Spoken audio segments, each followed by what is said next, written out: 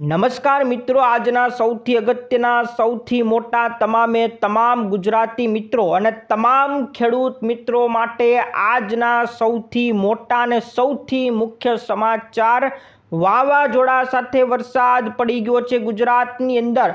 મધ્યરાત્રિએ વરસાદ પડ્યો છે। આપણે ગઈકાલે જ પોસ્ટમાં રાત્રે સમાચાર આપી દીધા હતા, જે ફેસબુક પોસ્ટ સાથે સંકળાયેલા છે તમામ મિત્રો 3 કલાકની આગાહી કરી નાખી હતી, યલો એલર્ટ આપી દીધું હતું ને એ મુજબ મિત્રો વરસાદ પડી ગયો છે। અને આ સાથે હવામાન વિભાગે આજે પણ ઓરેન્જ એલર્ટ આપી દીધું છે। કયા વિસ્તારની અંદર કઈ જગ્યાએ ઓરેન્જ એલર્ટ અપાયું છે આજના વિડીયોની અંદર જણાવીશું। તો આવતીકાલથી નવો મહિનો શરૂ થવાનો છે, 1લી તારીખ થવાની છે। 1 જૂનથી મોટા ફેરફારો થવાનો છે। યુપીઆઈની અંદરથી આવતીકાલથી ફેરફાર થશે। એટીએમમાં નવો ફેરફાર 1 જૂનથી થવાનો છે। પાન કાર્ડની અંદર 1 જૂનથી નવો ફેરફાર। આધાર કાર્ડમાં 1 જૂનથી નવો ફેરફાર। સૌર પેનલ જે તમે સોલાર સિસ્ટમ લગાવો છો એમાં 1 જૂનથી નવો ફેરફાર। એચડીએફસી બેંકના જે ગ્રાહકો છે એમના માટે 1 જૂનથી નવો ફેરફાર। એલપીજી સિલિન્ડરને લઈને 1 જૂનથી નવો ફેરફાર। ખેડૂતોને આવતીકાલે 1 જૂનથી મોટો ઝટકો લાગવાનો છે। તો તમામ ખેડૂત મિત્રો માટે પણ આવતીકાલથી મોટા સમાચાર રહેવાના છે। શું સમાચાર છે જાણીશું। તો આ બાજુ આજે આઈપીએલ છે, ગુજરાત અને આરસીબી વચ્ચે થવાની છે, પણ જે હવામાન વિભાગની આગાહી આવી છે એ આગાહી જોતા આઈપીએલમાં સંકટ જોવા મળવાનું છે। આ તમામ સમાચાર આજના સમાચારની અંદર આપીશું। સૌથી બીજા મોટા સમાચાર, ધીરેન્દ્ર શાસ્ત્રી અને સામે છે વિજ્ઞાન જાથા, એકબીજા હવે ટક્કરમાં આવી ગયા છે। એક મોટા સમાચાર રહેવાના છે। તો આ બાજુ ધીરેન્દ્ર શાસ્ત્રીએ ચેલેન્જ સ્વીકારી પણ લીધી છે। તો હવે બરાબરનો ખેલ સર્જાઈ ગયો છે। શું થવાનું છે એ હવે આવનારા દરબારની અંદર ખબર પડશે। તો આ પણ મોટા સમાચાર છે। એકથી એક સમાચાર આજના વિડીયોની અંદર આપવા છે, પણ એ પહેલાં જે મિત્રો નવા હોય આપણી ખેડૂત દુનિયા ચેનલને ફટાફટ સબસ્ક્રાઈબ કરી લેજો। તો મિત્રો સૌથી પહેલાં તમામ મિત્રોને જણાવી દઉં કે આપણે રાત્રે જ આ સમાચાર મૂકી દીધા હતા। હવામાન વિભાગે જે 3 કલાકની આગાહી આપી હતી, યલો એલર્ટ આપ્યું હતું, આપણી ફેસબુક પોસ્ટમાં રાત્રે જ મૂકી દેવામાં આવ્યું હતું, જેમાં 6 જિલ્લાની અંદર આગાહી કરી હતી, બનાસકાંઠા, સાબરકાંઠા, અરવલ્લી, મહીસાગર, મહેસાણા અને પાટણ। આ બધાની અંદર યલો એલર્ટ જાહેર કર્યું હતું। આવતીકાલના સમાચાર હતા ને એ મુજબ મિત્રો વરસાદ પડી ગયો છે। ક્યાં વરસાદ પડ્યો છે, કઈ જગ્યાએ અને આંધી તોફાન સાથે વરસાદ પડ્યો છે એના વિશેની મિત્રો વાત કરી દઉં તો હિંમતનગર, ઈડર, વડાલી, ખેડબ્રહ્મા, પોશીના, અમદાવાદ, ગાંધીનગર, આ બધાની અંદર મિત્રો વરસાદ પડી ગયો છે। અને આ વરસાદ જેવો તેવો નહીં, પવન સાથે, ભારે પવન સાથે વરસાદ પડ્યો છે, એટલે કે વાવાઝોડા જેવો માહોલ જોવા મળ્યો હતો। ક્યાં કેટલો વરસાદ પડ્યો છે એના ડેટા પણ લાઈવ આવી ગયા છે। છેલ્લા 24 કલાકના સત્તાવાર આંકડા હવામાન વિભાગે જાહેર કર્યા છે, જેમાં અલગ રાજ્યની અંદર અલગ જિલ્લાની અંદર કુલ 45 તાલુકામાં વરસાદ પડી ગયો છે। આખો લાઈવ ડેટા તમને ટેબલ સ્વરૂપે બતાવી દઉં તો સૌથી વધુ વરસાદ મહીસાગરના વીરપુરની અંદર 29 mm વરસાદ, એટલે કે 1.14 ઇંચ વરસાદ પડ્યો છે। ત્યાર પછી અરવલ્લીના મોડાસામાં 28 mm વરસાદ, પંચમહાલના શહેરાની અંદર 24 mm વરસાદ, અરવલ્લીના ભિલોડાની અંદર 24 mm, સાબરકાંઠાના વડાલીની અંદર 22 mm, મહીસાગર કડાણા 22 mm।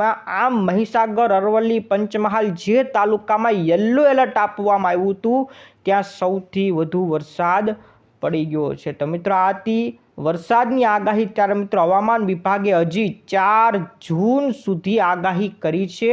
4 જૂન સુધીના એણે પોતાના મેપ જાહેર કરી નાખ્યા છે, જેમાં આજે 31 તારીખે ઓરેન્જ એલર્ટ આપી દેવામાં આવ્યું છે, એટલે કે ભારે વરસાદની આગાહી કરવામાં આવ્યું છે। મેઘ ગર્જના સાથે, એટલે કે કડાકા ભડાકા સાથે વરસાદ પડે એવી આગાહી કરવામાં આવી છે. આગાહી તમને છેલ્લે બતાવીશ, એટલે છેલ્લે સુધી વિડીયો નિહાળજો. અંબાલાલ પટેલે પણ પોતાની આગાહી કરી નાખી છે રોહિણી નક્ષત્રને લઈને, તો એ આગાહી પણ આજના વિડીયોમાં છેલ્લે તમને બતાવીશું. ત્યારે મિત્રો આજે IPL છે, ગુજરાત વર્સિસ RCB, બધા રાહ જોઈને બેઠા છે. IPL ફાઇનલ રમાવાની છે, પણ હવામાન વિભાગે આગાહી કરી નાખી છે વરસાદની, તો એને લઈને અત્યારે સંકટ મંડરાઈ રહ્યું છે. જો વરસાદ પડશે તો મેચમાં વિલંબ કરવામાં આવશે, અમુક સમય સુધી વિલંબ કરવામાં આવશે. તેમ છતાં વરસાદ બંધ નહીં રહે તો પછી રિઝર્વ ડેનો સહારો લેવો પડશે. આજે 31 તારીખ છે અને રિઝર્વ ડે આવતીકાલે 1 જૂનના રોજ રાખવામાં આવ્યો છે. આજે વરસાદ બંધ નહીં થાય તો આવતીકાલે મેચ રમાડવામાં આવશે. તો IPLને લઈને આ સંકટ આજના સૌથી મોટા સમાચારને. હવે મિત્રો આવી જઈએ આજના સૌથી મહત્વના ફેરફાર. 1 જૂનથી મોટા ફેરફાર થવાના છે. ખેડૂતોને મોટો ઝટકો પણ લાગવાનો છે. આપણે 1 જૂનથી વાત કરી દઈએ તો કેન્દ્ર સરકારે કપાસ ઉપર જે ઇમ્પોર્ટ ડ્યુટી છે એને હટાવવાનો નિર્ણય કરવાના છે. આવતીકાલથી જ આ નિર્ણય લાગુ થવાનો છે. વિદેશમાંથી જે કપાસ ભારતની અંદર આવે છે એના ઉપર 11% ઇમ્પોર્ટ ડ્યુટીને હટાવી દેવામાં આવશે. સરકારનું એવું માનવું છે કે આ પગલાંથી ભારતમાં ટેક્સટાઇલ ઉદ્યોગ ઉપર જે દબાણ આવ્યું છે એ દબાણ ઓછું થશે અને સારી ગુણવત્તાવાળો કપાસ ભારતની અંદર આવશે. તો ટેક્સટાઇલ કંપનીઓને રાહત આપવા માટે ભારત સરકારે કપાસ ઉપરની ઇમ્પોર્ટ ડ્યુટી, એટલે કે વિદેશથી ભારતમાં જે કપાસ આવે છે એની ઇમ્પોર્ટ ડ્યુટી ઘટાડી દેશે. એટલે આ જે ટેક્સટાઇલ ઉદ્યોગ છે ને સસ્તા ભાવે કપાસ મળશે, એટલે કે વગર ટેક્સનો કપાસ મળવાનો છે. કેન્દ્ર સરકાર તરફથી જાહેર કરવામાં આવેલા નોટિફિકેશન પ્રમાણે આ છૂટ 1 જૂન એટલે કે આવતીકાલથી લાગુ થવાની છે અને 31 ઓક્ટોબર સુધી આ છૂટ લાગુ રહેશે.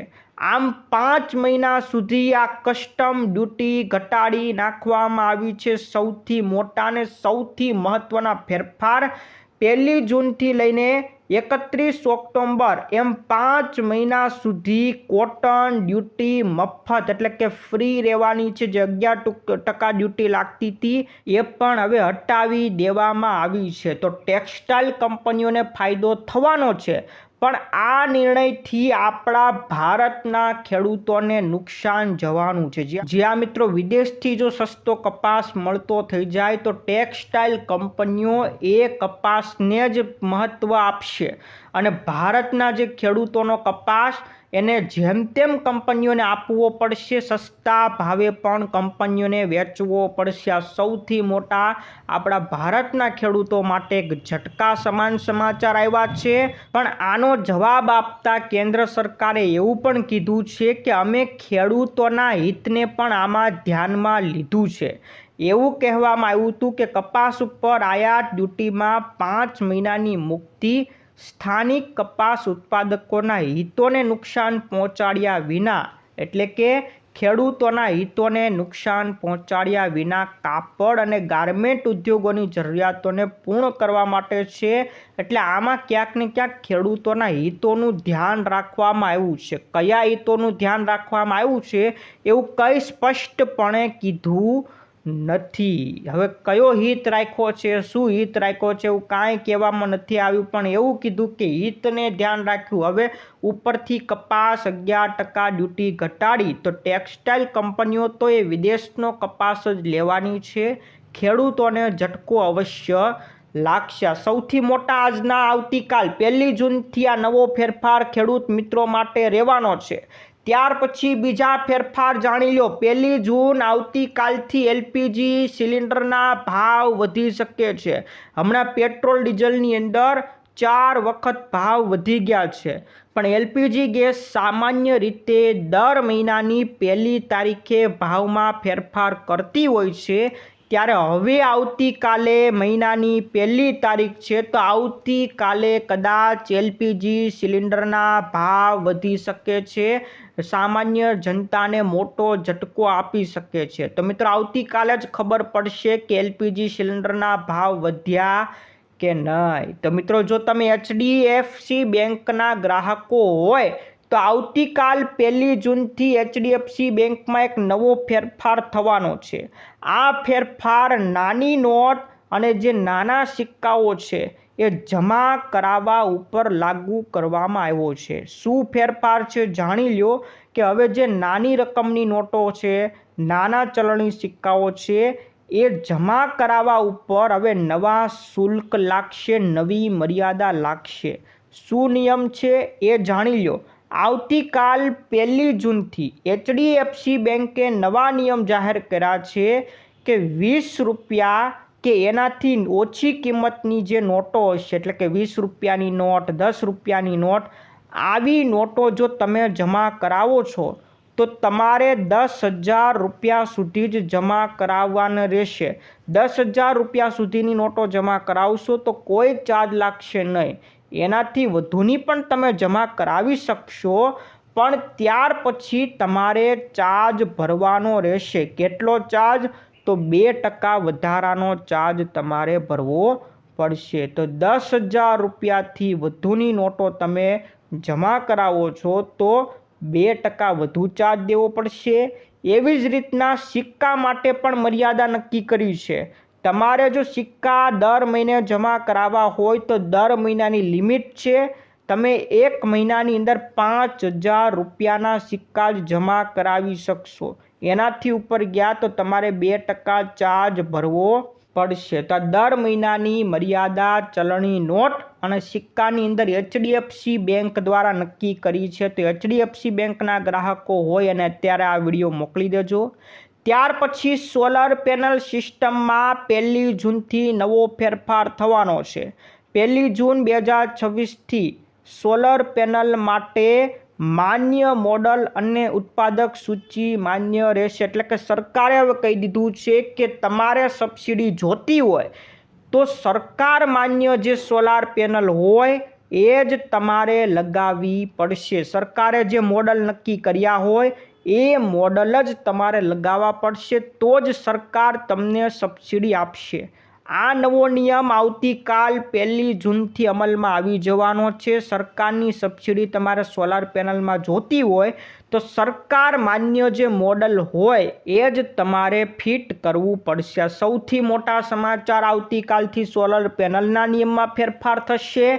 આધાર કાર્ડની અંદર પણ જૂન મહિનાની અંદર એક તમારે ફેરફાર જાણવો પડશે. 14 જૂન છેલ્લી તારીખ છે.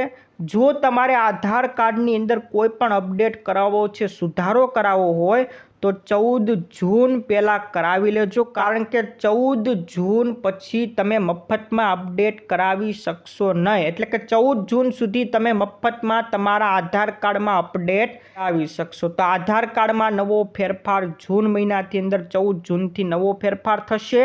ત્યાર પછી પાન કાર્ડમાં પણ ફેરફાર જાણી લો. આવકવેરા વિભાગ દ્વારા પાન કાર્ડ સાથે એક નવો નિયમ લાગુ કરવામાં આવી રહ્યો છે, જે અનુસાર કેટલાક એવા ટ્રાન્ઝેક્શન છે જેના માટે તમારે પાન કાર્ડની હવે જરૂર પડવાની નથી.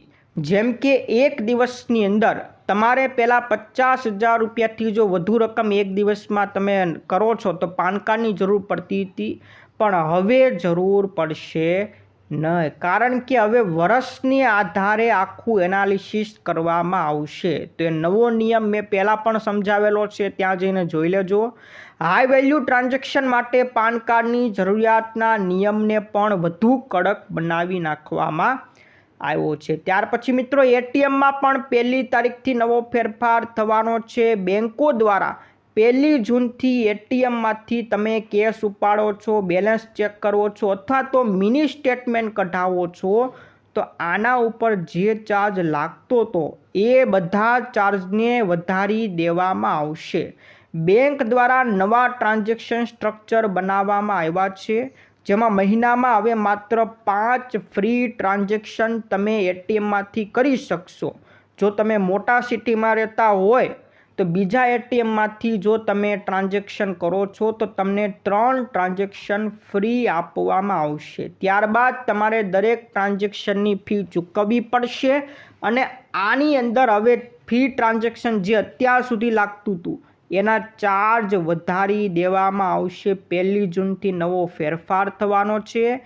યુપીઆઈની અંદર પણ 1 જૂનથી ફેરફાર થશે. જૂન મહિનામાં એનપીસીઆઈ દ્વારા યુપીઆઈનો નવો નિયમ લાગુ કરવામાં આવશે, જેમાં યુપીઆઈ પેમેન્ટ એપને પેમેન્ટ કરતાં પહેલાં રજિસ્ટર્ડ બેનિફિશિયરીનું નામ દેખાડવું પડશે. એટલે તમે જેને પેમેન્ટ કરો છો તો સામેવાળો કોણ છે એનું બેંકનું નામ બતાવેલું, એટલે કે સાચું રિયલ નામ બતાવવું પડશે. એટલે આ તમામ યુપીઆઈ જેટલી એપ્લિકેશન હશે એના આદેશ આપી દીધા છે કે તમારે ફરજિયાત રજિસ્ટર્ડ હોય એવા બેનિફિશિયરીનું નામ જ બતાવવું પડશે. એણે લખેલું કે એડિટ કરેલું નામ બતાવવાનું નથી.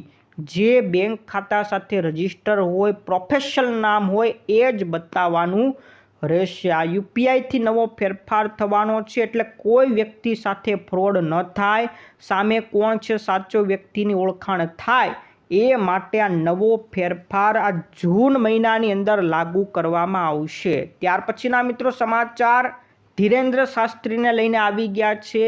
એક બાજુ ધીરેન્દ્ર શાસ્ત્રી છે ને બીજી બાજુ વિજ્ઞાન જાથા છે. વિજ્ઞાન જાથા વિશે તમામ મિત્રોને ખબર જ હશે કે જે ઢોંગી હોય ને એ બધાને પકડતા હોય છે. ત્યારે હવે વિજ્ઞાન જાથા ધીરેન્દ્ર શાસ્ત્રીના વિરોધમાં આવ્યું છે.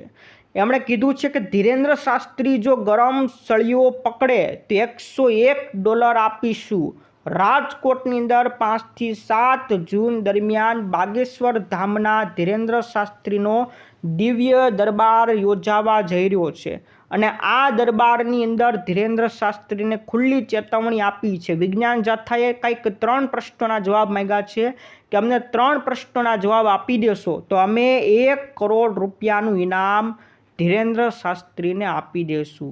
તો કયા 3 પ્રશ્નો છે એ 5 તારીખથી 7 તારીખે જે દિવ્ય દરબાર યોજાશે ત્યારે જ ખબર પડવાની છે. તો આમને સામને ટક્કર થવાની છે, સૌથી મોટા સમાચાર રહેવાના છે. બીજી બાજુ એક જાદુગરે પણ ધીરેન્દ્ર શાસ્ત્રીને ચેલેન્જ આપી હતી. એ ચેલેન્જ તો ધીરેન્દ્ર શાસ્ત્રીએ સ્વીકારી પણ લીધી છે. જ્યાં મિત્રો ચમત્કારિક દાવા સામે સોશિયલ મીડિયા ઉપર જાદુગર પિયુષભાઈ કરીને એક જાદુગર ભાઈ છે, એમણે ધીરેન્દ્ર શાસ્ત્રીને ખુલ્લેઆમ ચેલેન્જ આપી હતી અને એ ચેલેન્જને ધીરેન્દ્ર શાસ્ત્રીના જે આયોજકો છે એમણે હવે સ્વીકારી લીધી છે. પણ જાદુગરને કીધું છે કે તમારે લાઈવ દરબારમાં હાજર રહેવાનું રહેશે અને ત્યાં તમને ચેલેન્જ અમે સ્વીકારીશું. સૌથી મોટા સમાચાર છે. તો હવે રાજકોટની અંદર જે આ કાર્યક્રમ યોજાવાનો છે, દિવ્ય દરબાર યોજાવાનો છે, ત્યારે જોવા જેવું રહેવાનું છે. બધાની નજર રહેલી છે કે શું ધીરેન્દ્ર શાસ્ત્રી પોતાના જવાબો આપી શકશે, ચેલેન્જ સ્વીકારી શકશે. આ સૌથી મોટા સમાચાર રહેવાના છે. ને આ વખતે તો વિજ્ઞાન જાથા એના વિરોધની અંદર ઉતર્યું છે. તો બરાબરની મોટી ટક્કર જોવા મળવાની છે. તો આ બાજુ મિત્રો અંબાલાલ પટેલની આગાહી વિશે જણાવી દઉં. રોહિણી નક્ષત્ર અને મૃગશીર્ષ નક્ષત્રને લઈને અંબાલાલ પટેલે જે આગાહી કરી છે એના વિશેની વાત કરી દઉં. સૌપ્રથમ તમામ મિત્રોને જણાવી દઉં કે અત્યારે જે નક્ષત્ર ચાલી રહ્યું છે એ રોહિણી નક્ષત્ર છે. આ નક્ષત્ર 25/5 એટલે કે આપણા આ 5મા મહિનાની 25 તારીખથી શરૂ થઈ ગયું છે અને હવે મૃગશીર્ષ નક્ષત્ર જે શરૂઆત થવાની છે એ નક્ષત્ર 8/6થી શરૂ થવાનું, એટલે 6ઠા મહિનાની 8 તારીખથી શરૂ થવાનું છે. તો એને લઈને અંબાલાલ પટેલે જે આગાહી કરી છે એ મિત્રો તમામ મિત્રોને જણાવી દઉં કે રોહિણી નક્ષત્રના ઉત્તરાયણ દરમિયાન વરસાદ સારો રહેવાનો છે. એટલે રોહિણી નક્ષત્રના જે છેલ્લો ગાળો હશે ત્યારે સારો વરસાદ પડશે. પછી મૃગશીર્ષ નક્ષત્રમાં સૂર્યાસ્ત થતાં જ વરસાદની ગતિ વધવાની છે. રાજ્યમાં વરસાદી વાતાવરણ 7 જૂન સુધી ચાલુ રહેશે. 8 થી 9 જૂન દરમિયાન રાજ્યના કેટલાક ભાગોમાં ભારે વરસાદ પડશે. સત્તાવાર ચોમાસું 15 જૂન સુધીમાં ગુજરાતમાં આવે એવી પણ આગાહી અંબાલાલ પટેલે કીધું છે. જોકે અરબી સમુદ્રમાં ચક્રવાતી પરિભ્રમણને કારણે ચોમાસું મોડું થઈ રહ્યું છે એવું પણ અંબાલાલ પટેલે કહી દીધું છે। તો મિત્રો સૌથી અગત્યના સમાચાર છે, 7 જૂન સુધી વરસાદ ચાલુ રહેશે અને 7 જૂનથી રોહિણી નક્ષત્ર પૂરું થવાનું છે। 8 તારીખથી મૃગશીર્ષ નક્ષત્ર શરૂ થવાનું છે।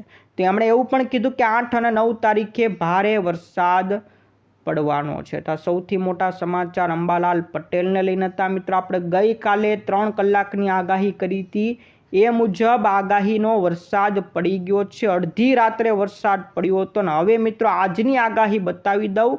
આજે મિત્રો 31 તારીખ છે। 31 તારીખે બનાસકાંઠા, સાબરકાંઠા, મહેસાણા, અરવલ્લી, મહીસાગર, દાહોદ, પંચમહાલ, વડોદરા, છોટાઉદેપુર, નર્મદા આ જિલ્લાઓની અંદર ઓરેન્જ એલર્ટ આપવામાં આવ્યું છે। ઓરેન્જ એલર્ટ એટલે કે છૂટા છવાયા સ્થળે મધ્યમ મેઘ ગર્જના સાથે ભારે વરસાદ પડશે અને સાથે કરા પડવાની પણ ચેતવણી આપવામાં આવી છે। તો મિત્રો આ ઓરેન્જ એલર્ટ આપવામાં આવ્યું છે અને આજની તારીખમાં મોટા ભાગના વિસ્તારની અંદર યલો એલર્ટની પણ આગાહી કરી છે, જેમાં કચ્છ બાજુનો વિસ્તાર આવી જાય, આપણા સૌરાષ્ટ્રનો વિસ્તાર આવી જાય, મધ્ય ગુજરાતનો વિસ્તાર આવી જાય, દક્ષિણ ગુજરાત આ બધા વિસ્તારમાં આજે યલો એલર્ટની આગાહી કરી છે। 3 જિલ્લાને છોડતા યલો એલર્ટની આગાહી થઈ છે। સૌરાષ્ટ્રના જામનગર, દેવભૂમિ દ્વારકા અને પોરબંદર આ 3 જિલ્લાને છોડીને બાકીના બધા જિલ્લામાં આજે યલો એલર્ટ છે। યલો એલર્ટ એટલે કે મધ્યમ મેઘ ગર્જના સાથે હળવાથી મધ્યમ વરસાદ પડશે અને પવનની ઝડપ 50 થી 60 કિલોમીટરની રહેશે। તો પવન સાથે વરસાદ હળવાથી મધ્યમ પડવાની આગાહી કરી છે અને જે ઓરેન્જ વિસ્તાર છે ત્યાં ભારે વરસાદની આગાહી કરવામાં આવી છે। તો મિત્રો આજની તારીખની આગાહી હતી।